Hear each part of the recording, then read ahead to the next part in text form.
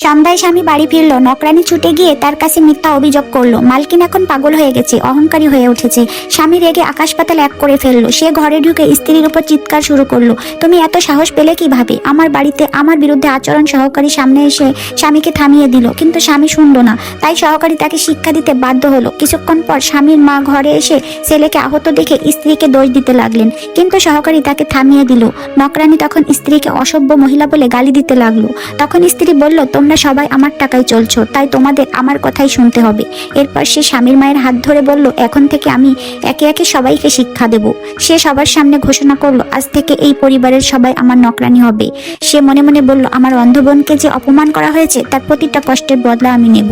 তারপর সে আত্মবিশ্বাসে ভরপুর হয়ে বাড়ি থেকে বেরিয়ে গেল। কিন্তু এই হঠাৎ বদলে যাওয়া স্বভাবটা দেখে স্বামীর পরিবার সন্দেহে পড়ে গেল। তারা ভাবলো, এখন স্ত্রীর দৌলত ও সম্পত্তি দখল করতে নতুন কোনো চাল ফেলতে হবে।